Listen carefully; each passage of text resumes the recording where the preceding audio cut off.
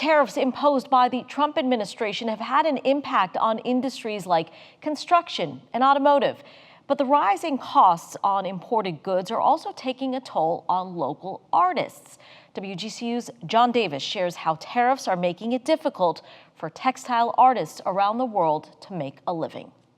Textile art, or fiber art, is rooted in traditional crafts and domestic arts, but over the years it's garnered broader recognition as a legitimate form of contemporary art.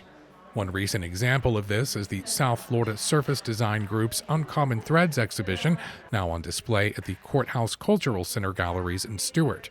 It's an international juried show of 70 works, including wearable pieces, stitched fabric works, collage, and mixed media. Fiber artist and educator Suzanne Connors has a piece in the exhibit. She's also maintained the Aya Fiber Studio in Stewart for the past 12 years and says the Trump administration's tariff war is impacting her bottom line. Because I do Japanese textiles, I import a lot of my tools and supplies from Japan. And I also buy a lot of fabrics from India and from different countries. Even my natural dyes come from the UK. And I've always had to pay some sort of tariffs. You were always allowed up to your first $800 to be totally exempt from paying tariffs. Now we're paying tariffs on everything. I mean, India's tariffs right now are 50%. That makes, on a $3,600 order, there's going to be $1,800 in tariffs on top of the shipping. Connor says much of the overseas supplies are specialty items that aren't available domestically, like silk from China. We don't harvest silkworms here. That's not a U.S. industry. Even the products that you do buy in the U.S., they're already substantially more money than the products we import.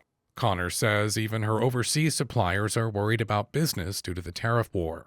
The guy who weaves my silk scarves from India for me, he's a small family-run mill. He said all his orders right now are on hold. He's had to let people go. He doesn't know if he gets any orders in, how long it will take. U.S. Customs has been a challenge for fellow fiber artist Cindy Bartusik, who curated the Uncommon Threads exhibition. But I did order some watercolors because I'm using that with some of the photography things. And I didn't really think about it being from a Canadian company. I didn't have to pay extra duty for it, but my watercolors spent 6 days trapped in U.S. Customs.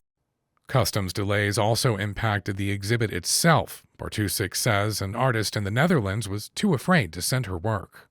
FedEx, DHL, postal companies suspended shipments to the U.S. And it's supposed to be temporary. She was afraid to go ahead and ship it, not having any idea when it might actually get here. So she ended up not sending her work, which was a real loss for us because her work is absolutely fabulous. Instead, Bartusik hung photographs of the artist's work in the show. She echoed Connor's concerns about foreign suppliers being able to hold on.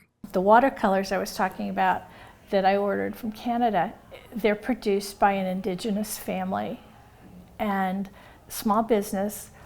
What's going to happen to them if shipping and the tariffs become such a barrier that their business no longer becomes sustainable? Particularly in the art world, there are a lot of small businesses, family-owned or tiny things. I fear that some of them aren't going to survive this.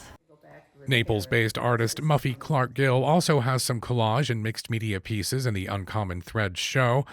She worries for artist communities beyond the tariff challenges. The National Endowment for the Arts has faced sweeping cuts this year amid Trump's calls to eliminate the agency. Florida state funding for the nonprofit arts and culture sector has also been gutted the past 2 years. Even murals on public roadways are being painted over under Florida law. Things that are going on right now in the art world, that people being shut down and public expression being stifled by painting over sidewalks, it just boggles the mind that all of a sudden, why are people having a problem with understanding art when it's such a help to people? It keeps people alive. And, I just worry about that. John Davis, WGCU News. Thanks for watching. We've got more great content for you, from news to the arts to the environment. So be sure to like and subscribe to WGCU's YouTube channel and follow us on our social media platforms for the stories that matter to you.